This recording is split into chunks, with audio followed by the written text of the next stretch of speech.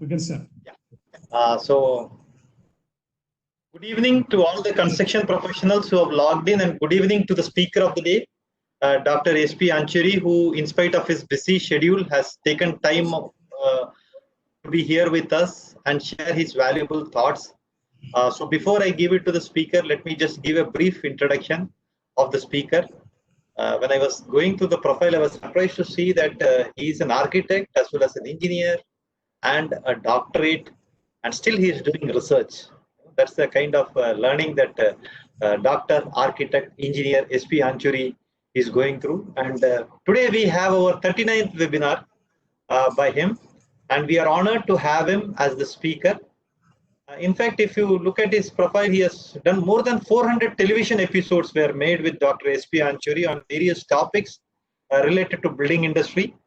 Few to name are Shobodayam by Gemini TV, Home Sweet Home by ZTV, presently Sri Nilayam on ETV, AP and TS, which is telecasted on every Sunday at 6:30 p.m. Dr. Anchuri, an artist, architect and structural consultant based out of Hyderabad, a triple graduate and triple postgraduate in civil engineering, architecture and architectural engineering, business administration, structural engineering, concrete construction management, a PhD in structural engineering, and doing further research on integrating architectural and structural engineering. So that is something, we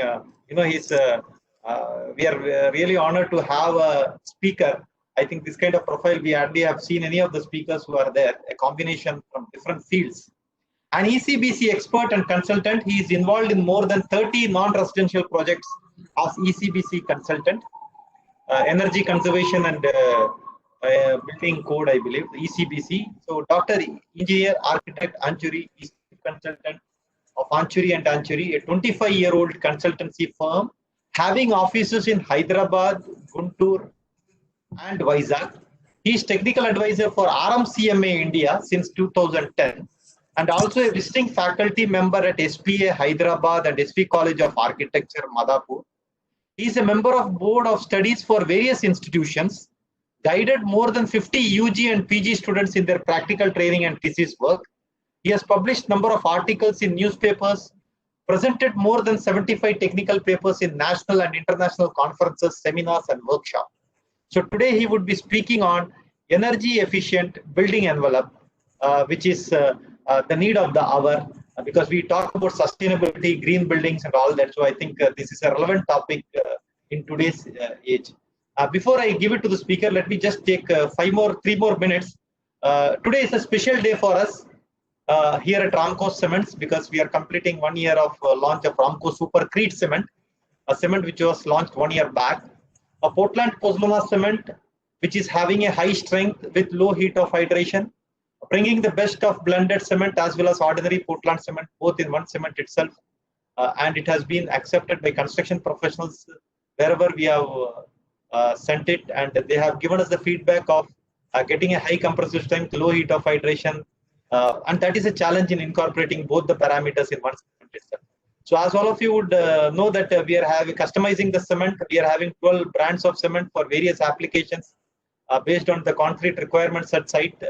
One can decide about that brand of cement, since we are having all the types of cement, whether it is ordinary Portland cement, Portland Pozzolana cement, Portland slag cement, sulfate resistant Portland cement, or rapid hardening Portland cement for precast works. So these are the areas where we have gone in, and we have also interacted with various project professionals, individual house builders, and we have incorporated their feedbacks, and it has been a learning experience for us as well.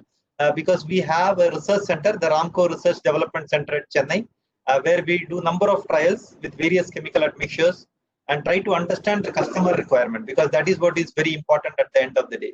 So based on the customer requirement, we are able to do all this. And as all of you know, Ramco Cement is an organization which started in the year 1960s.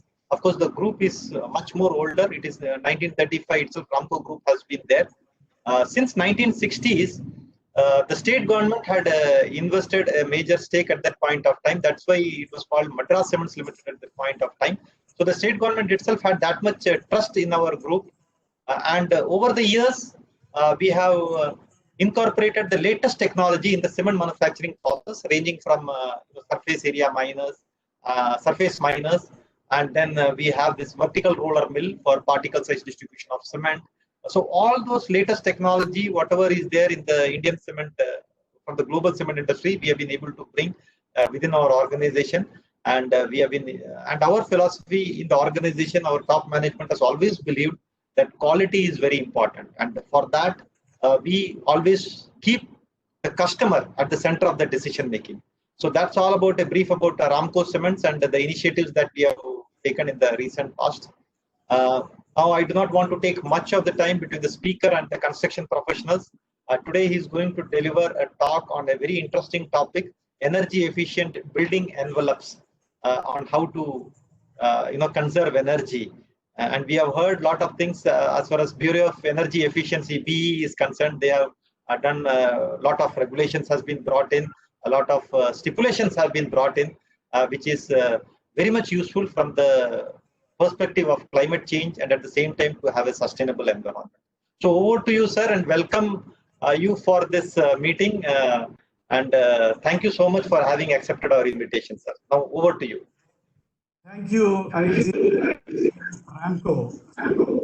Basically, I know 60 days we are having continuous, lockdown.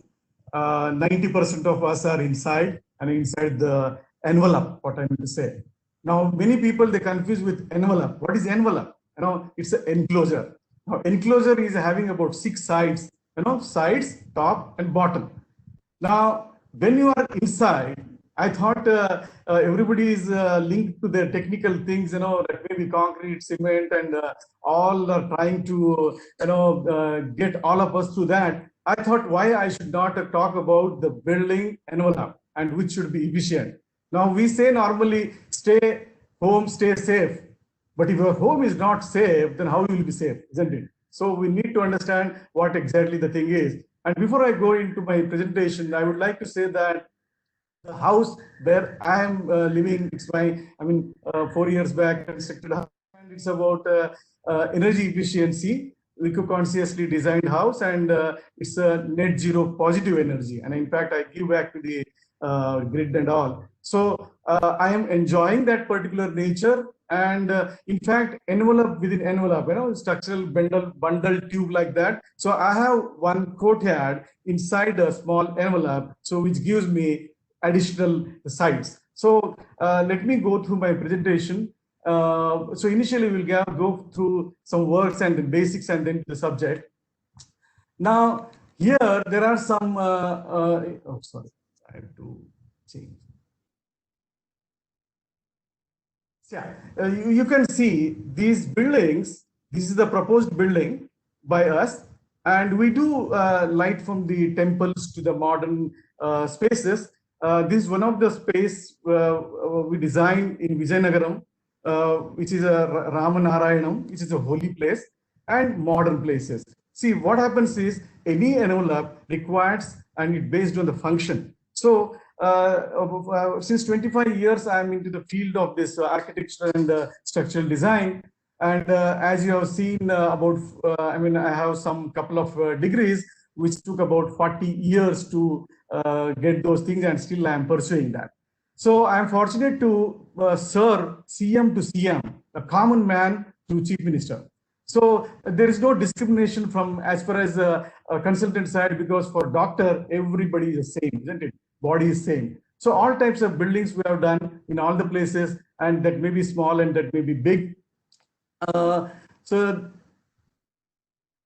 can see these 4 pictures. This I have taken in the morning in my house, which opens to the sky.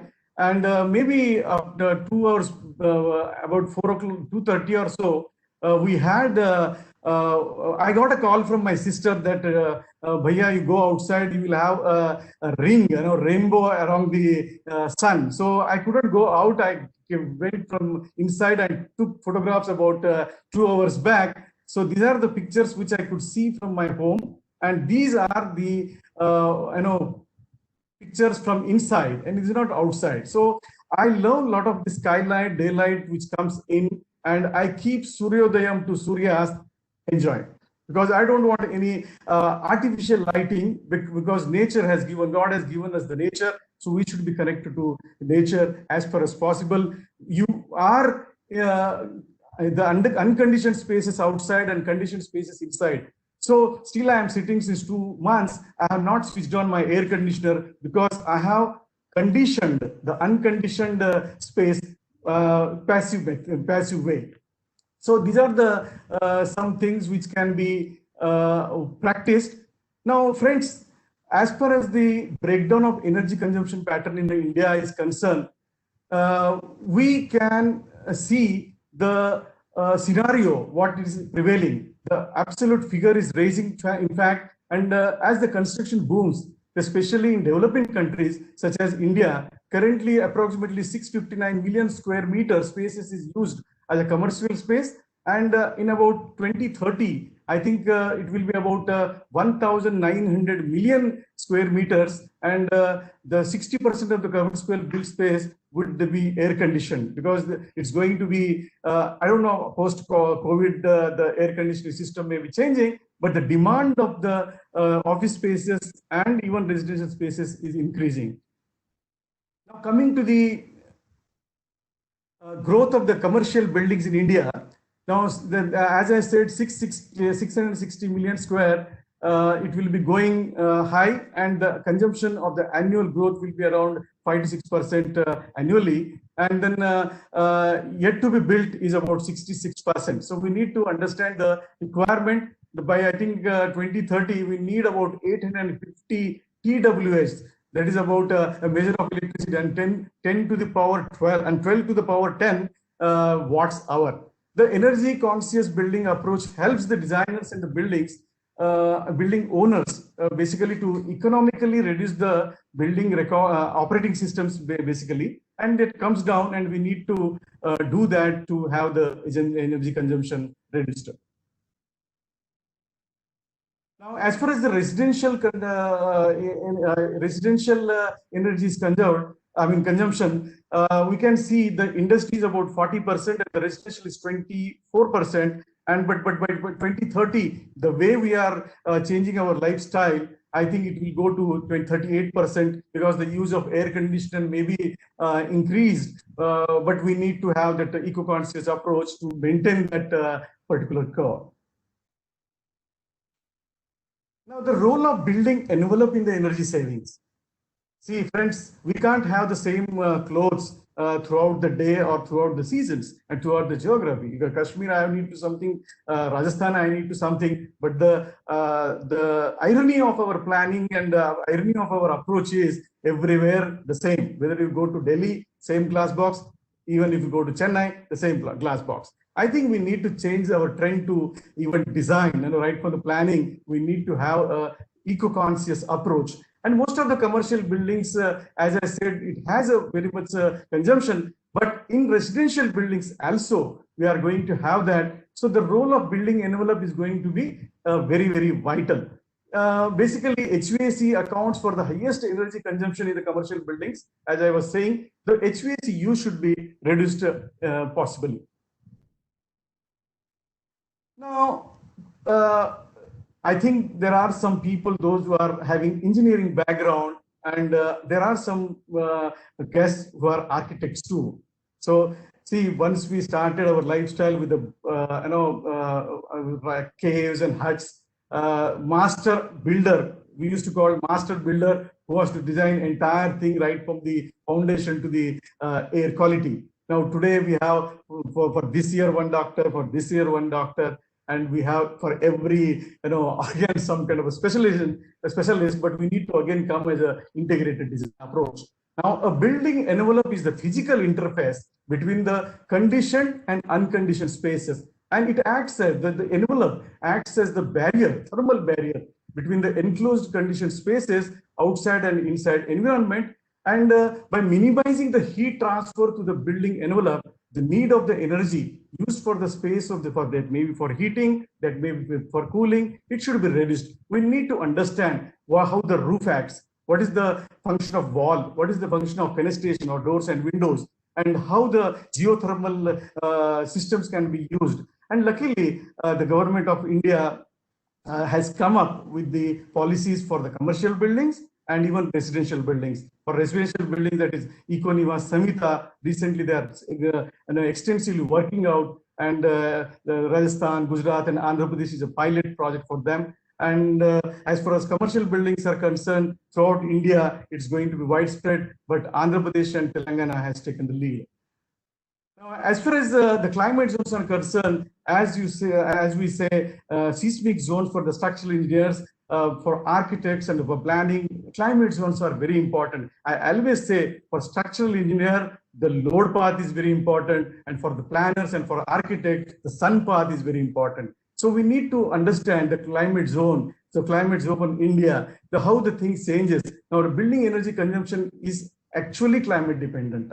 So as per ASHRAE, as per IGBC and TERI, we have extensive workout how that building should be designed in case of hot and dry climate, warm and humid, moderate, cold and cloudy, and we have entirely in a composite climate, then how it should be. So every building can be same, as I said, in the same, and typology should be changed. Now, when we are talking, Mr. Anil Kumar Pillai is talking about high performance concrete since a long time, and he knows what ingredients are required and how the things are required, what type of research is going on in the high performance concrete. Sir, I think of high performance building envelope because I need high performance concrete, but I need building envelope which should perform and efficiently. Now, what are the primary goals of that? The primary goals for any high performance building is to reduce the energy consumption while increasing the durability. Now, secondary considerations will be security, sustainability, acoustical performance, and then benefits out of that, the increased occupancy comfort and productivity, cost benefits, the life cycle performance, and the reduced maintenance and operation cost. See, always I say, to have a good life cycle of the system, we need to have proper planning, proper designing, best execution, and proper operation and maintenance. These are like Pancha Mahabhutas, what we have available in the nature.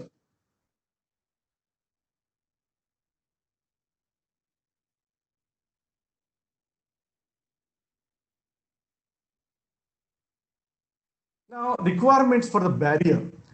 Now, as I said, when I need to have some kind of a proper clothing as per the climate, I need to maintain my body. I need to maintain my body temperature and fluidity and our metabolism properly. For building also, it requires. What are the requirements? That is durability, strength, rigidity, heat flow control, air flow control, water or vapor control, solar and other radiation control, sound transmission, control of fire protection. Aesthetically, it should be pleasing, and above all, it should be economical too.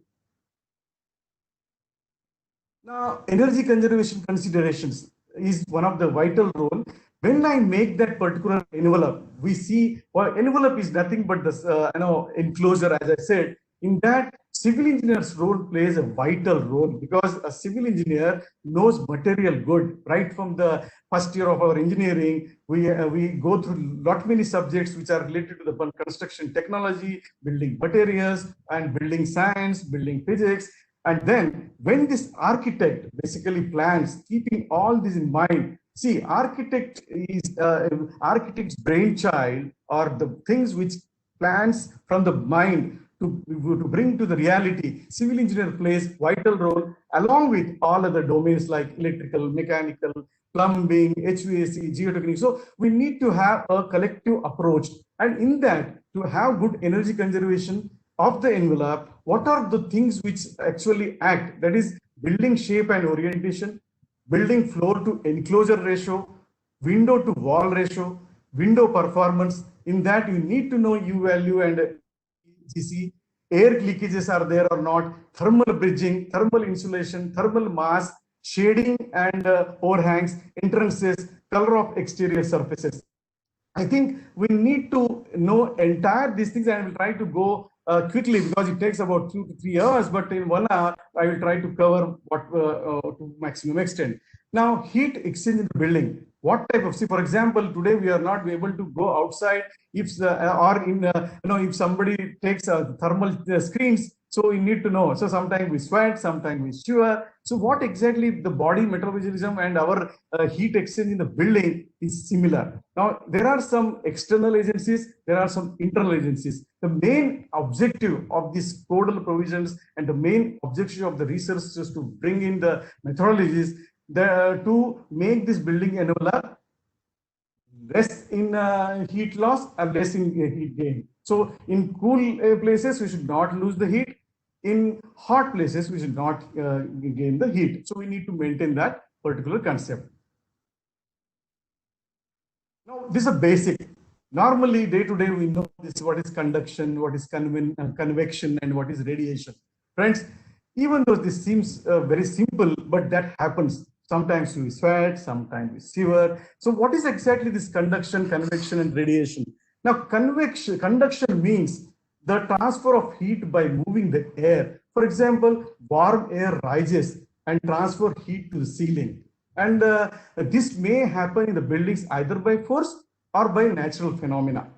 What is conduction? That means the transfer of heat through a solid material by direct molecular contact, and the heat transferred from warmer sections of the wall and the ceiling to the cooler sections. The conduction reduces with increase in the thickness. As increase in the thickness, that plays a vital role.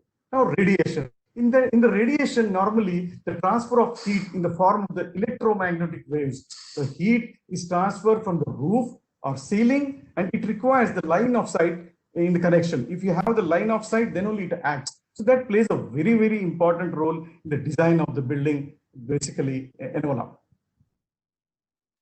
Now, the energy conservation considerations of the building shape and orientation, the list what I gave, we'll just try to go through quickly in that. Now, building size, building shape, building location definitely plays a vital role.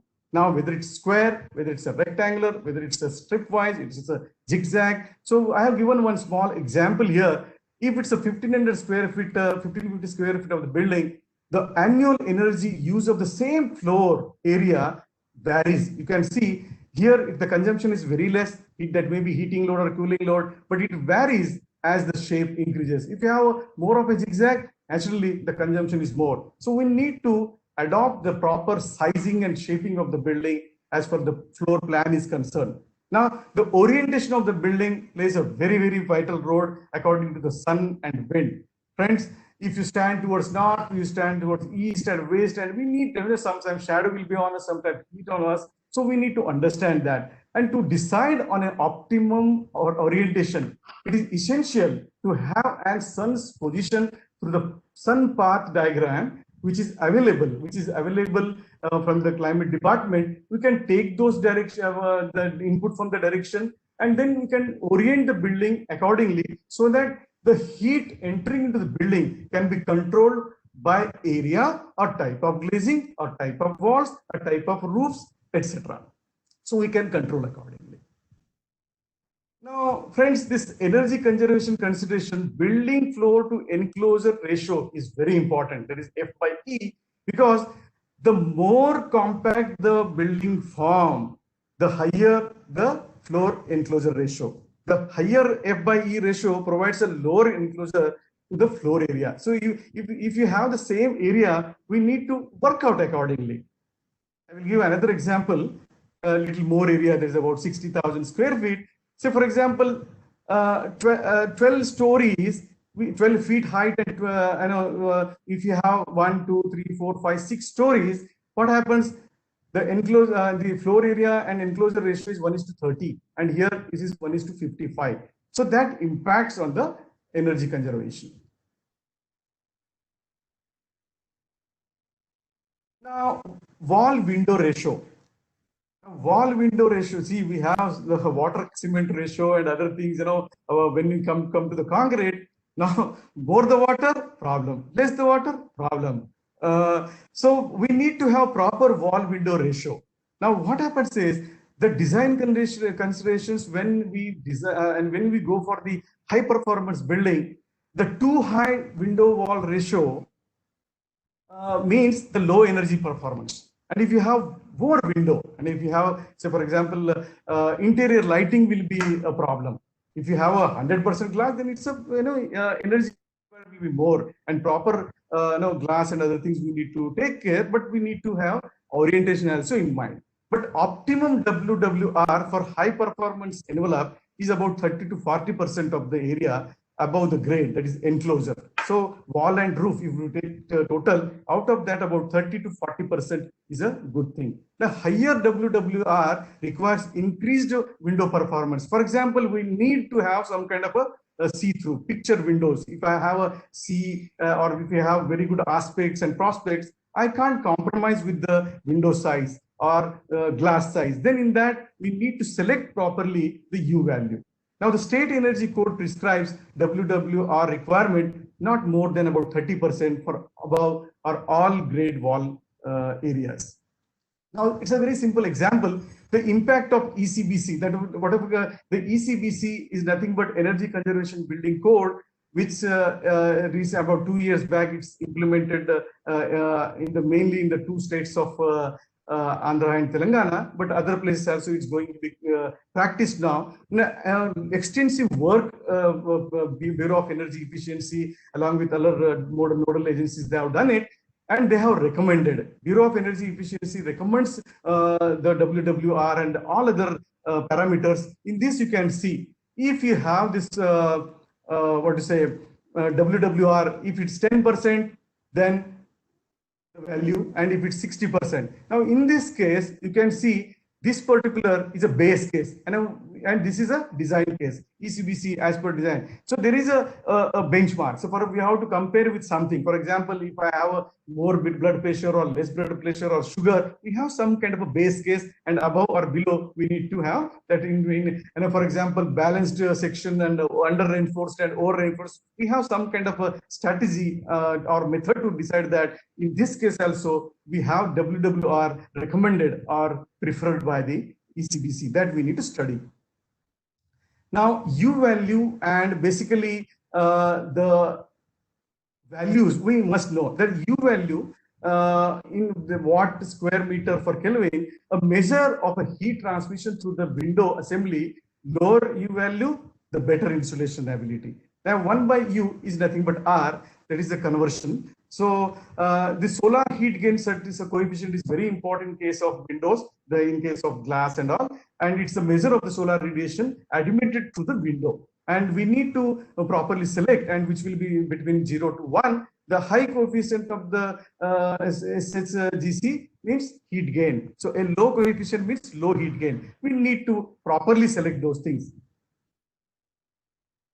Now, solar heat gain coefficient, so if you see here, this is sun, and when you are sitting inside, some part reflects, some is absorbed. That depends on the glass, the transmission, overall solar heat gain, and secondary heat gain. So unshaded, when you don't have any shade outside, then this particular SHGC is calculated, which is the transmission plus secondary heat gain, which is divided by incident solar radiation. So we need to understand those things.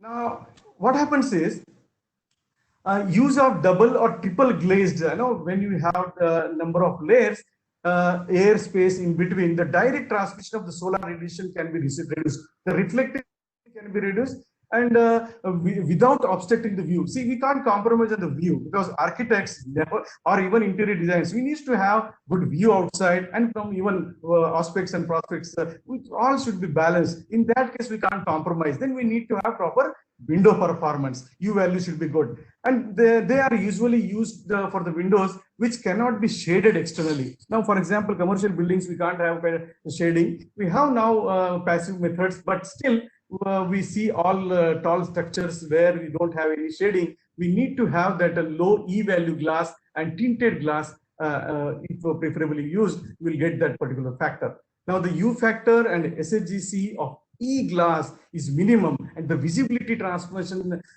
factor and that light factor should be properly, so that we will get good light also inside. So we need to understand. See here, clear double glaze, you can see the heat gain is more, about 70%. Here, low solar gain, low E, double glazed, what we have, we are about only 0.25. So it's reduced. And if you have double glazing, then you have partially accordingly. So we need to select that E value and SHGC value accordingly. Now, air leakage. See, most of the times we see that air leakage, what happens? No, our efficiency go down. For example, if you open the refrigerator and keep open for some time, naturally, we can't even go, drive cars keeping the windows open and with the air conditioner on. But many of the times we need to understand what are the leakages and how we can use that. For example, if I even see the fiberglass installations, about 50 to 60% reduction in the thermal value we can find. And the solution will be some kind of a barriers we need to provide. Now,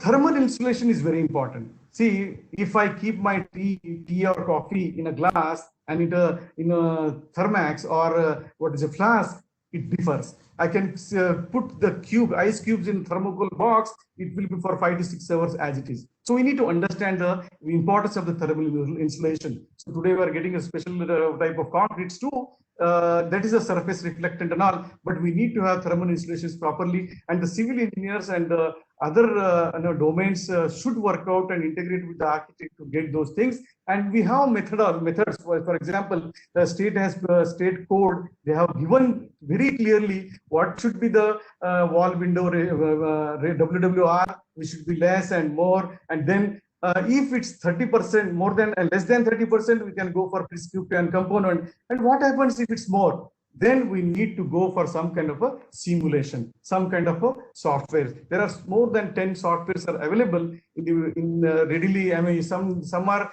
freely downloadable. You can have simulation. We can even understand what is the air and everything. You know, how much power can be used, how much electrical load is there, how much air change will be there, what is the illumination of the things. You know, this performance of the building virtually we can judge it now. And even EcoNivas Samhita has given a very, very important tool.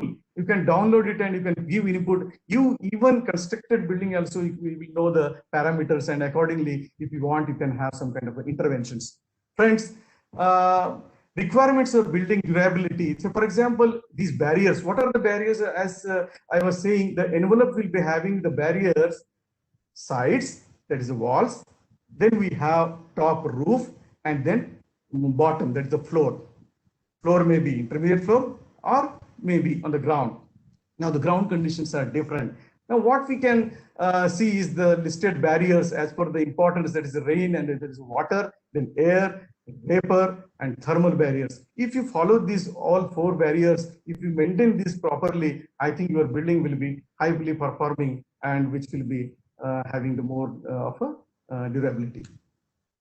Now, surface area to the volume ratio and the shape of the building. I've done some small case study. If the same thing, if I have in Mumbai, Nagpur, and Pune, and then Ahmedabad, same building, the heat gain through various building elements on the cooling pad will be different. That we need to, walls, roofs, ground, and then we accordingly we need to go for the loadings. Now, as I was saying, the building components. Now, building components, the wall, roof, and window. Out of that, if I take example of a single-story building, you can see 26% is roof conduction, 5% is wall conduction, and rest of the thing is windows. So we need to give very much important consideration for the windows. And if it comes to the multi-story buildings, the heat gain through various building envelope components in case of wall, roof, and windows. Out of this is 58%. And in high-rise buildings, more than a roof, we need to concentrate on the windows. Out of that, 10% goes to a conduction and 48% direct. So we need to be very careful while deciding the components. Yes. Today we have more than about 10 types of windows, walls. Earlier we used to have only red burn brick, but today we have porotherm brick, AAC brick, fly ash brick. Sustainability awareness is creating a lot of awareness in the buildings, in the materials also. So here, if I see the single brick and single brick ACP, and then aluminum composite panel, which creates some air gap, we have a U value accordingly, and then we have a with air gap. So walls constitute a major part of the building envelope and receive a large amount of direct, solar radiation. How this U factor, R factor varies. Now, again, I am saying this energy conservation building code, they have recommended the U value about 0.44, and the R value, that is which is 1 divided by 0.44, comes to about 2.1.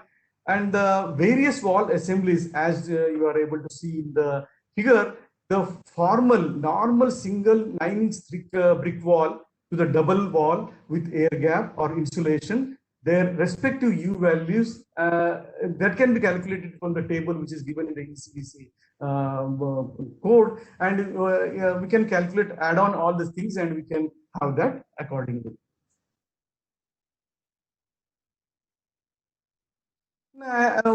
This I tried to give the thickness and R values and U values accordingly. And here mass double wall, and we need to see, instead of going for regular practice which we gain from the traditional, let us try some combination of the system and have proper U values. Then we will be very much achieving the things actually.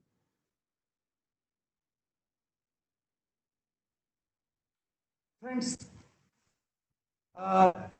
as for me, I'm just practicing as an energy consultant since long, and if you follow some principles, if I explain through this particular slide, if this is a section, these are two walls, floor and the roof, how this particular thing works out.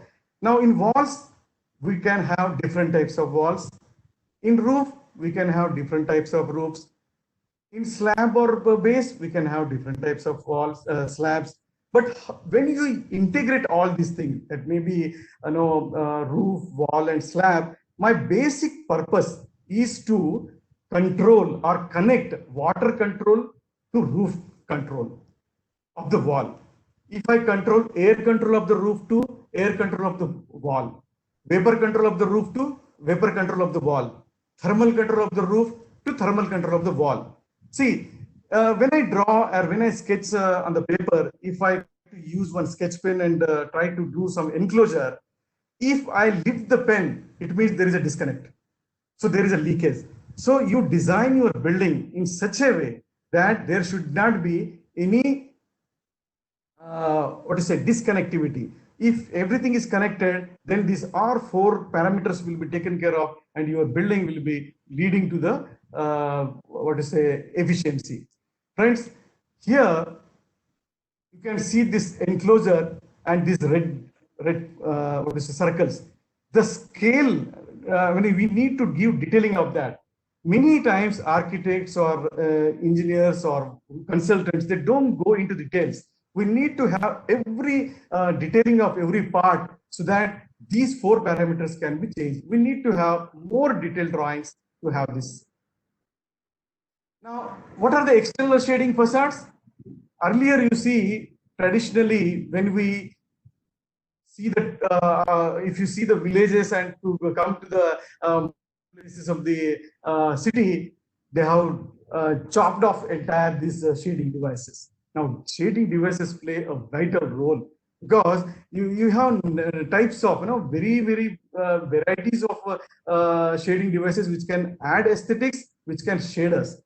External shading devices like overhang, side panes cut the solar radiation, and this particular external shading factor, if it is less than or equal to 2, accounts of the impact of the shade. We can have side pins, we can have overhang, we can have this side pins on both sides.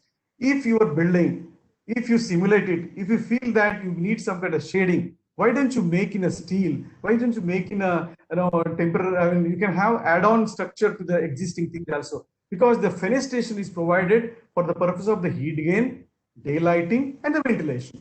But the approximate design openings and shading devices help to keep the sun and wind and accordingly. I think we need to follow this again, energy conservation building code, where they have given very precisely these methods, and we can follow that to get that. I have just tried with shading and without shading. For example, if you see, one is direction, the another is shading. Unshaded windows, say for example, 1 meter, 1.2 feet meter by 1.2 meter is the size of the normal window. The effect of shading, how it varies, you can just see here the radiation. The radiation is with this particular thing is without shading, that is Ahmedabad, Mumbai, Nagpur, and Pune. If I have just 0.6 meters Saja with 0.15 meter extension, so you can see the reduced radiations. And if I have a side fins, as I shown in earlier slide, the 0.6 meter Saja and full pins on the sides, just see the radiation has gone down. So what for we are designing without shading device, and what for we are wasting our energy. So we need to understand that. Now coming to the roof plays very, very important role. Actually, when you are on the top floor, normally the terrace floors, they face a problem. The roof of the building receives the significant amount of solar radiation and plays very important role.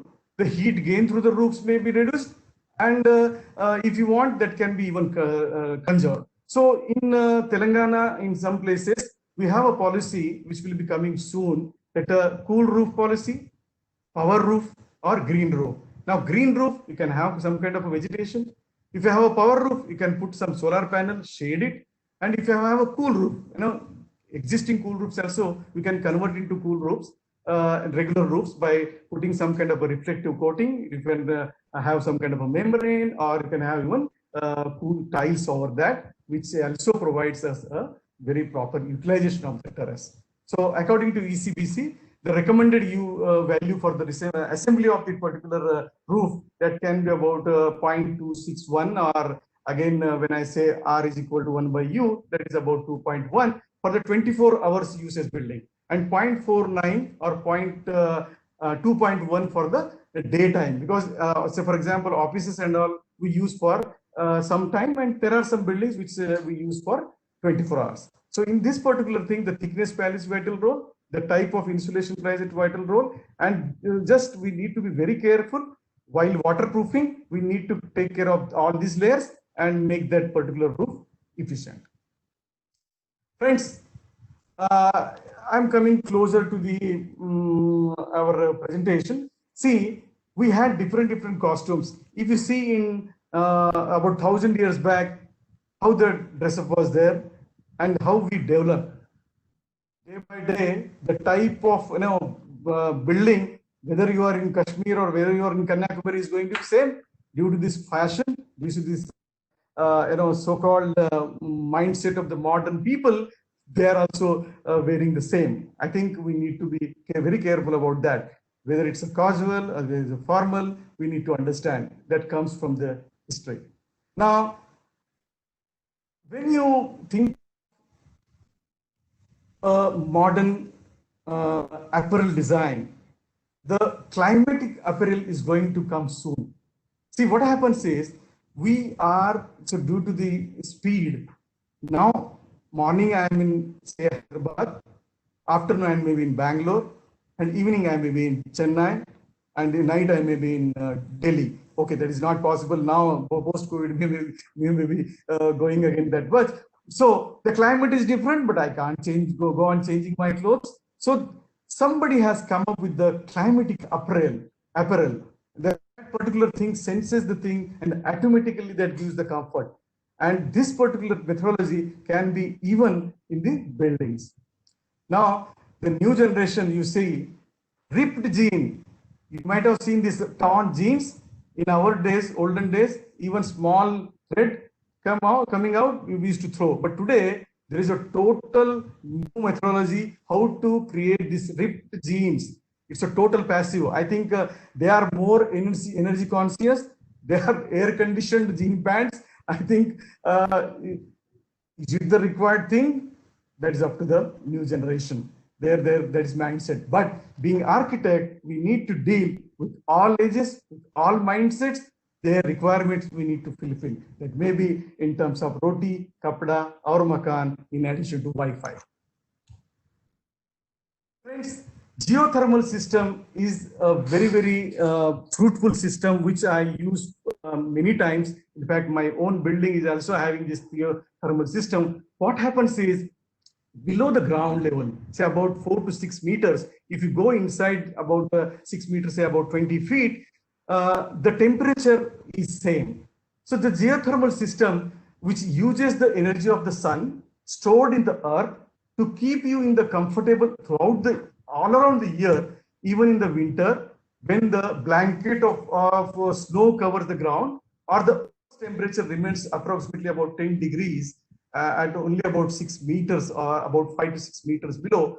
This means they have a steady supply of heat or warmness to create the comfort in the room. So we need to design our pipelines accordingly, which can bring in our building. And this is exactly nature-based, static and all your building physics that used simply, and that will get that particular air quality.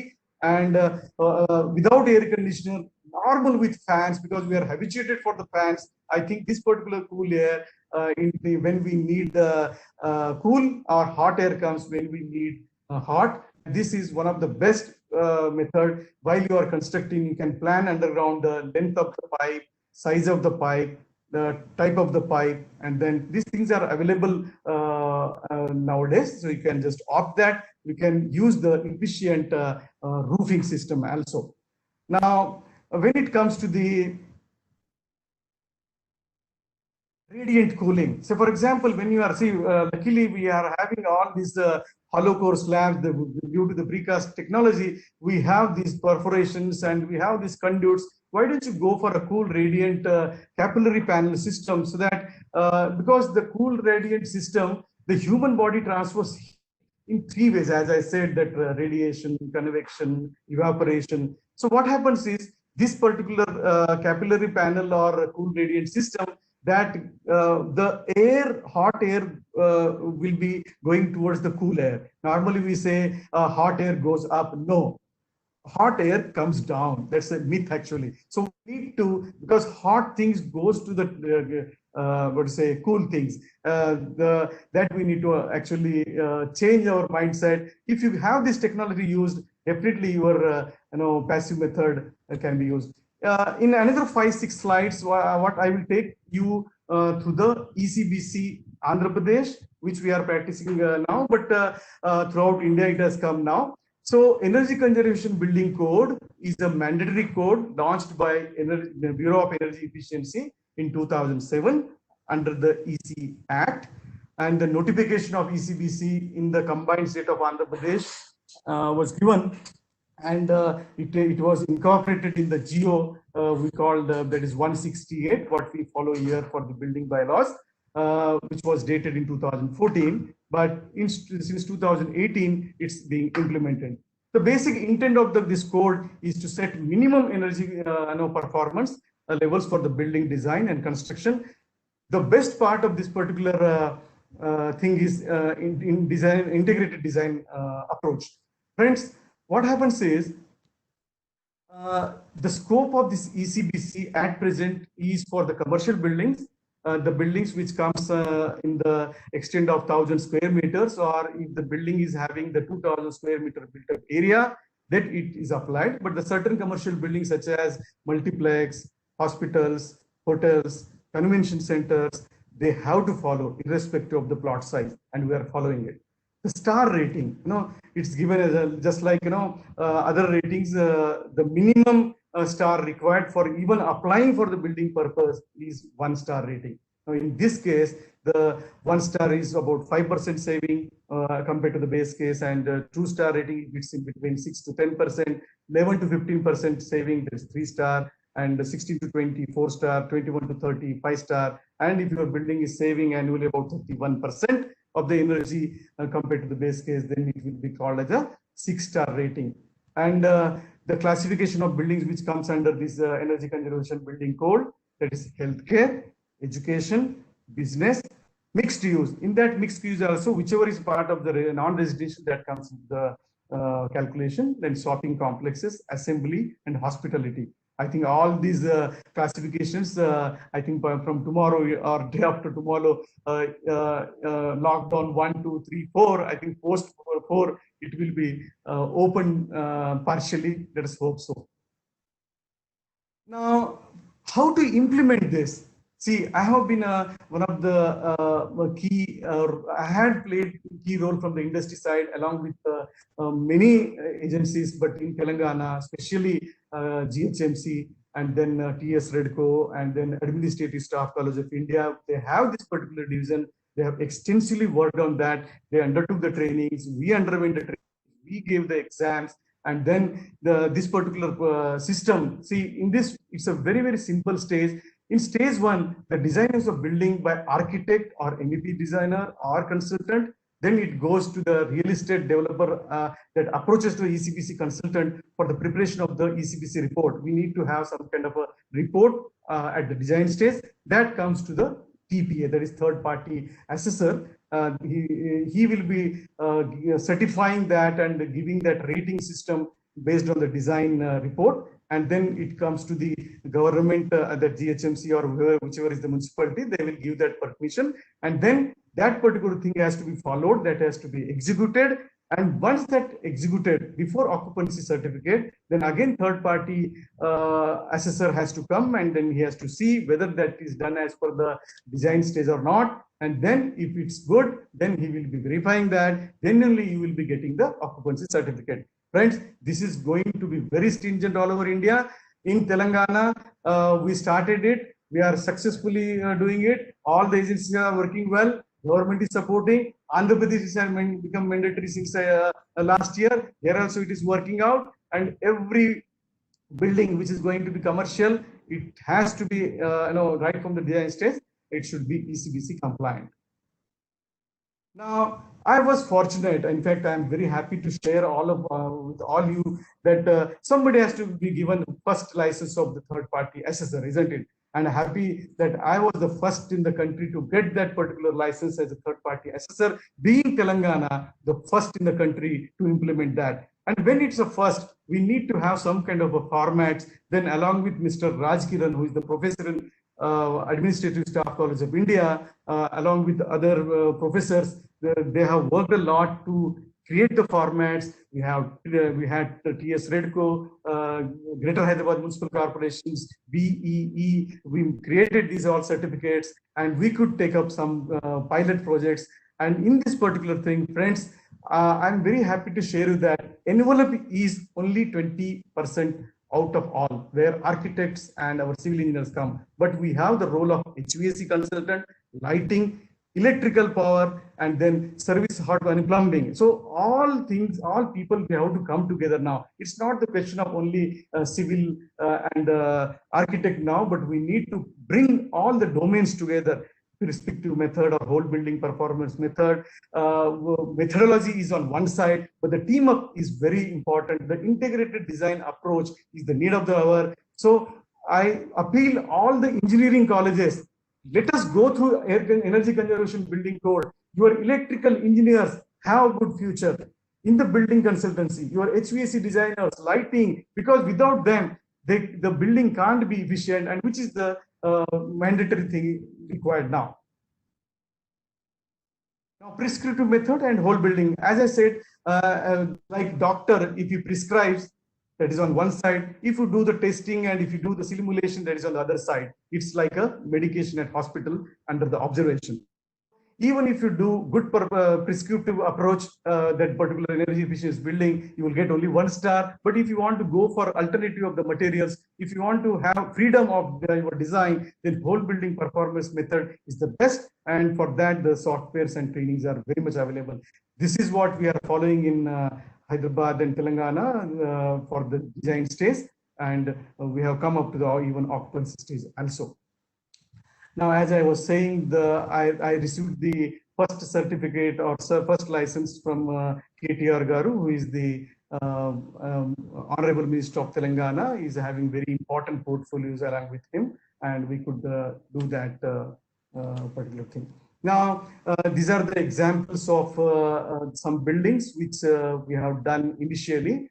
This is the India's first ECBC Design State Certified building, which is prescriptive method. And Gaura Palladium, and then Galaxy Towers.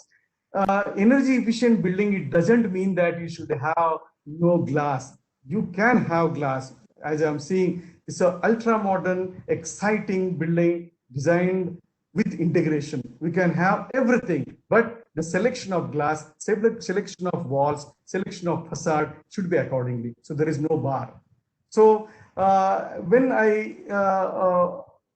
I can't say I have to conclude, but I never have conclude slide. But as a, I have to, it's a customary. I think we need to begin with these conclusions that there is a vast potential of the energy saving through efficient design of building envelopes, design for the office and any building as such. The different components of the building envelope have different energy saving potentials. Recommended orientation according to the sun and wind, and is whether it's a northeast or southwest, or the shape of the building of that particular office building, whether it should be rectangular or square or circle.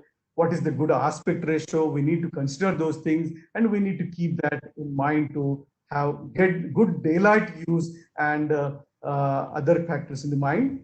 Walls and roofing should have insulation to reduce the HVAC load in office buildings. Fenestration should have vertical and horizontal shading devices, and double glazing window with a low E value glass should be used. And by incorporating all the parameters, the energy saving potential ranges would be as high, ranging from 17 to 42%. With this, I would like to appeal to all the listeners. You are architects, you are professors, you are students, you are structural engineers, you are dealing with the companies, manufacturers, suppliers. There is a good opportunity to all of us to come together to create a built environment sustainable. Not talking, it's not greed, it should be green. We need to talk about sustainability, but you need to bring that into reality. And today, all the streams of engineering and social aspect has to, even economical aspect has to come together, right from the base to the sky. We need to consider the entire thing and utilize the nature without wasting, without disturbing the nature. If you create the holistic approach, nothing will stop us grow. Even COVID, I think COVID will go. Even if it's there, we can be having good immunity of body, immunity of building system, immunity of built environment should be done, which is in our hand. And with this, the credit goes to all. It's not me. It's not Mr. Anil, or it's not Mr. Chaitanya. It's everybody. We all are together. We all, right from political, social, technical, everybody should come. Whatever policy comes, we need to take it with not fashion. It should be taken as a fashion. Take to the heart. We need to take to the humanity, which will serve for the coming future. Thanks a lot. Over to Mr. Anil. Thank you, sir. Thank you for that wonderful presentation. I hope I am audible. Yeah. Sir, yeah, thing is that it was a very good presentation, because, many of us tend to forget this integrated approach, which is the need of the day, rather than compartmentalizing it to a particular aspect alone. Why not, integrate it? And you have rightly brought out that integration point here, because the thing is that it is not only the building materials. Of course, building materials can be green. Most of us are using blending materials, blended cement. So the energy in the building materials is very much lesser. It is sustainable. But most importantly, as you rightly said, how do we actually bring these envelopes? How do we arrest the loss of energy from this envelope, whether it is roof, whether it is windows, whether it is various enclosures, which was very beautifully brought out. And I'm sure that all of us, as you rightly said, that we should be passionate about it. Then only it can see the light of the day. Otherwise, it will just end up in talks or something like that. But that passion which you had exhibited, I'm sure would be an inspiration to most of the construction professionals who have logged in. Because until that inspiration doesn't come, we don't move actually. So that inspiration, I believe, would take us to a greater heights. And being the first recipient of the ECBC certification, this thing also, it's nice that we are hearing from the horse's mouth itself. So that gives all the authenticity in the subject itself. So I'm sure that many of the professionals who have joined today, would have definitely got a lot of takeaways from your presentation today. So thank you so much for that. Can we take some of the questions, sir? Because there are some important questions, you can just go through them. Yeah. One is that one person was making, Mr. Laurie Baker at Trivandrum is into the same philosophy, and he started constructing low-cost housing using natural elements and local material available maximum extent to recycle the available local material. So, any particular viewpoint from your side, sir? Of course, he was. One thing is your vernacular architecture plays vital role. Right from the vernacular and then even conventional. Friends, there we should understand the first thing is reuse, reduce is very important. At the same time, there is rating. See, collaboration, this calibration is very important. See, we have to go to the calibration from the collaboration. If I do a good concrete, how do you know it? We need to calibrate. So even building, if I say my building is very efficient, how do I know? See, I check my electrical bill day by day, month by month. Today I'm in minus. So what I mean is he is doing a very good job in Trivandrum. He has a local, and see, try to use the traditional method of construction with a modern way. And somebody has given this, what is the difference between this IBC and ECBC and all things. See, we all come under building code. See, NBC, the revised one is fantastic. They have done a wonderful job. Even Mr. Suresh, who is the part of IGBC, is in fact the chairman of the IGBC, the vice president for the NBC. There is a chapter for sustainability. They have covered it. The entire thing, what I was saying, and that this energy conservation building code or whatever, these things are the part of NBC. But ECBC is some part of the building. All green buildings may be ECBC compliant, but ECBC compliant building is not your green building.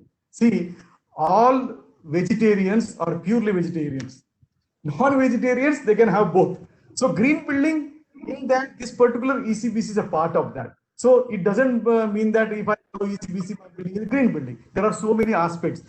So that we need to be, I request Mr. Anil Kumar Pillai to have some kind of a workshop to bring this entire fraternity together, because electrical engineering, see this is what I'm saying, wall, they are disconnected from the roof is disconnected from the, floor. They are all working in isolation. We need to bring all building components together. The window manufacturer, they are not worried about the lighting manufacturer. Cement manufacturer, they are not even worried about the paint manufacturer. So we need to come together, integrate. We come together, then this old and new. See, that's what old temples, old structures, everything old they teach us. Means we are modern or they were modern. See, master builder who was doing everything because he was having knowledge of everything. So here what I feel is architects, structural engineer, geotechnical, every domain should come together. Apart from the management, construction management plays vital role, value engineering plays vital role. And somebody is asking what exactly the requirement for the licensing. To practice, there is no license. See, there is no license to practice anything, isn't it? Any code, there is no license required. Yes, but to validate, so for example, to proof checking, there are some third-party assessors. One amongst that, me also. So if any guidance required for the calculation and this thing, I'm available, not 24/7, but my office hours. So I'm available through my email ID and whatever social things. So you can approach me. I can just pass on the knowledge, and I can send you all the methodology. I have done more than 30 major projects which I am involved in that, right from the smallest building to the biggest building. So any problem of any element of any object, please come forward. We have team. In fact, there is a company and there is a firm, B, under the B, this Green Tech and this DEE undertakes this particular, and all agencies, they are struggling a lot. All state governments are working. Modi's dream is to make our entire country sustainable. So definitely, whether you are reusing it, reducing it, redesigning it is very important. And somebody asked me, can you have a intervention to the existing building? Yes. So for example, I am sitting in this particular shirt. And after a long time, I wore a shirt because I was in t-shirt. In fact, over 30 lectures, I was in t-shirt, but today I just wore the shirt because I am in the speaker's position. If I would be on the stage, I would go with the pleasure, but it's not required. There's a functional requirement. But here, if I immediately say, for example, in the same auditorium, somebody will be shivering, somebody will be sweating. So accordingly, we can have shawl, accordingly, we can have sweater. So we can intervene that. Even if building, existing buildings, you can have cladding, you can remove cladding, you can have reflective paintings, you can have reflective coatings. So whether it's an existing building, whether it's a new building, no difference. You can entirely adopt this particular technologies or methodologies. Easily you can make the building sustainable. You have taken care of most of the questions, sir. You have taken care of the ECBC versus IGBC, licensing agencies and all that. Do you think wind catches in passive design can be used in commercial project is one of the questions that is being asked. See, fundamentally, we need to understand what is passive, what is active. Now, active is our fan, air conditioner, cooler, wherever this energy used is active. Passive is if I have a glass, if I have a facade system which gives me a shade, it's a passive. See, if I stand below umbrella, it's a passive. So we need to add on those things along with the architect, along with your structural and facade experts. Today, the simulation softwares like Design Plus and Equest, they are very much available. Like we have structural softwares, we have simulation softwares. You just log on to the simulation softwares. You put your buildings, and you have different. You can have the required energy reduction inside. So we will get that particular thing. Passive method is always better because that is close to the nature. I think that is very interesting because one needs to know about the materials also, various materials that is available. Sir, before concluding, because I have done a couple of degrees, I was the student throughout my life. When I did my civil engineering, in my entire college, there were about 4 girls. Entire college, 4 girls. Now today, the situation of the civil engineering, mechanical engineering, electrical engineering, if you enter the classroom, I think 30% boys and 70% girls. Now, there is a good opportunity for all these girls. It's not that civil engineering is going on, standing at the site and all. Those who are interested, they can go. But don't shift to other domains like software or any other domain other than we are driving. See, you have virtual world, you have material science, you can do wonders. You can do, and I see those value engineering is one of the best for the, because entire economy of our house or our system, in fact, our present finance minister is lady. So they can do much better compared to us because we can do something better what they can't do. So I think we right from the first year of undergraduation, once you come to the second year, every subject is important because the integrated design approach is the future. Very valid point, sir. You have, in fact, given inspiration to many of those who are sitting at the fence, thinking of changing the discipline. So a very good inspiration to all the civil engineers, especially the budding civil engineers, to stick to the core. Sir, what final question is, what will be the effect on construction cost is one of the questions that is being asked. Now, the construction cost depends on the usage of the material. Now, as I said, planning, designing, then execution. Planning, designing, no cost, the same cost, isn't it? The construction depends on the cost of the planning and designing. Now, so for example, if I use proper glass, the structural requirement is thickness. That radiation, solar heat radiation, I mean that SHGC value or U value, R value, you select the thing properly. The cost is going to be same. Once upon a time, it was too high. As you know, ready-mix concrete, what was the cost? And today, what is the cost? In fact, the ready-mix concrete is costing lesser than cast in situ, isn't it? Even my mobile, when I took my mobile, it was 33 per 35 rupees per minute. But today it's in paisa. Even when we started newly thinking anything will be costly, but today it's in par. In fact, it is less than that. Yes, if you want to have a R rating and a 30% is required, then it's definitely it goes up. But if you want to have some kind of a 50 to 20% saving, I think no extra cost. If you design properly, you will get it. One example of SRM University, which I have recently inspected, which is in Amravati, they got 30% saving in the energy per year. Uh, you can just log on to the SRM University, the facade and other very simple techniques they are used, and they could save about 30%, which came up to 3.5 crores per year. Just imagine. So your that will come payback. It will pay back within 2 3 years if you have a more of a star rating building, or if you have general. I think no cost with civil engineers' knowledge of building material and science, you can do at cost. As you said yesterday, fly ash and other sustainable building is going to reduce the cost of the material. Like that, this also design plays vital role. So please design properly. You will get the economy. No extra cost. Because whatever the initial investment, you will get the benefits over the long term also in terms of energy savings, which is enormous. Sir, if you compare with the now, whatever I am sitting is solar power. I was having 4 times cost at that time. 5 years back, 4 times. Today, it's less than only 25%. LED light 4 years back was 1,000 rupees. Today, it's 100 rupees.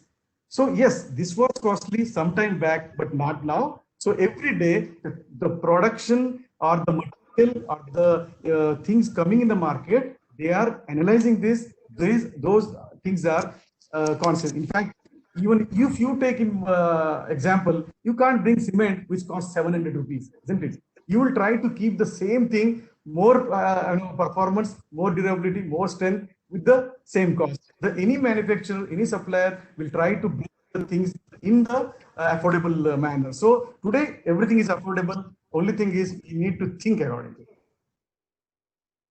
One more question, sir. Role of government is also very vital in implementing ECBC. So, is there any incentive or leverage which government is providing? Yes. See, many times they say incentives are there or not. Okay. Some governments they are trying to implement that. Somebody said you put helmet, I will give 10% waive off in your tax, which yearly tax. I think putting helmet is for me, isn't it? It's not for you. But many people instead of putting on head, they put on the bike or silencer or something. But if something goes wrong, but at the same time, they are giving some incentives like noticing property tax exemption for some time. But I think it should be like more you save in the taxes. I think that policy will come. But I think a conscious person will not think of concessions. But government is playing a vital role, and our honorable Prime Minister, he himself has brought this. Now it's states to decide, but Telangana and Andhra Pradesh is aggressive. It's and even Bangalore, I mean Karnataka is going to be mandatory soon. It's not mandatory, but it's optional as on date. And one more thing, it's going to come for the residences also. It's a ECBCR. What we were saying ECBC commercial, but ECBCR is nothing but Eco Nivas Samhita. They have come up with a very small manual, which I will send you. It's only about 20 pages manual. If you follow, automatically you will be having energy saving. Very simple. What should be the size of the window? What should be the type of window? Where should you put?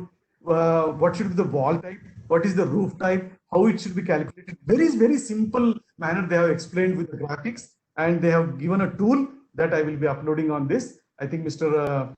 Ananta, who may be part of this particular webinar, there are some people from Bureau of Energy Efficiency in our webinar, and I will even request him to even join this particular movement.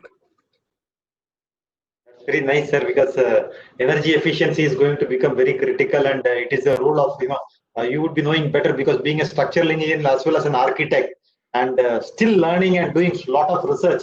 I'm sure that you would be having that perspective, the overall perspective which you have shared with us. That's very nice because energy efficiency and it is going to be very critical. It has already become critical, so we need to play our own part. With those And one more thing, sir, before I sign sure. off, Please. tomorrow onwards, the way of building, see, it's not only energy efficient leads to the wellness of the building. See, if I am well-built house, well-ventilated house, keeps me well. So wellness is very important. Health is very important because our ancestors, I mean, traditional, we are having all the cleanliness, everything. Today we are saying we have been quarantined or locked down, but it's not upavas hai. I mean, there are so many methods what we are following. I think we need to maintain that. It's not only the question of energy saving. That energy saving energizes us, wellness builds in us. So we need to have entire thing. So we need to have very holistic approach to reduce our hospital bills also. Yeah, good. Nicely put, wellness, so it's very interesting to see that civil engineers, architects, and all others who are related to building construction can play a very vital role in ensuring the wellness of the inhabitants, which is very critical. I think that's a very nice objective. Now, do you think this wind catcher in passive design and it can be used in the commercial buildings? Yes, because what happens is if you know the static effect, or even you say Venturi meter, Venturi effect, you blow the air, when you take the air, the coolness and hotness is different. There are active, I mean, these passive methods, you can go to these Gulf countries, and basically in Dubai, if you go to the Gulf countries, they have these wind mills and wind towers. They're all passive methods. So passive methods do play a vital role even in commercial buildings. Thank you so much, sir, for the presentation and the interaction that we had because it was very good interaction and a lot of questions were being asked. I am sure that you have generated a lot of interest because we never expected, and it was, over the last few days, we have got perspectives from different places, not only building materials, smart cities, and now US energy efficiency, especially building envelope, which we would have seen, but we would not have applied our mind so much. Now this has forced many of them to apply their mind, I believe. So I think a lot of ideas would be generated from this. And again, I mean, because short time, I will tell a lot of things, but Mr. Anil, being architect and a structural engineer, see, it's called that there is no, dono saath mein nahi chalte hai. I mean, architect. Yeah. See, I'm in within. So, friends, we need to give importance to the architect, importance to the structural engineer, every domain. Every domain has their own thing. Integrate, then only it comes. It's not that you and me. And I think we need to have holistic approach. Let us function accordingly so that we can have a better future for better domains. Thank you. Thank you, sir. Thank you, Dr. Anchuri sir, for that wonderful presentation. And let's hope that many more presentations will be there in the future because it was really interesting and engaging one. Thank you so much for sparing your time, sir. And we meet tomorrow at not tomorrow, sorry, day after tomorrow, Monday at 4 p.m. On concrete mixed design from theory to practice by Dr. Jagdish. So we meet at 4 p.m. on Monday. Thank you so much, sir, and all the best for all the construction professionals who have logged in. Thank you for logging in and listening to us. And thanks to the entire team for having coordinated this webinar, Mr. Suraj Kumar, Mr. Venkatesh Pulavarthi, and others who have been behind this. Thank you so much. So we owe it to all the integrated team approach for this webinar. Thank you so much. Thank you.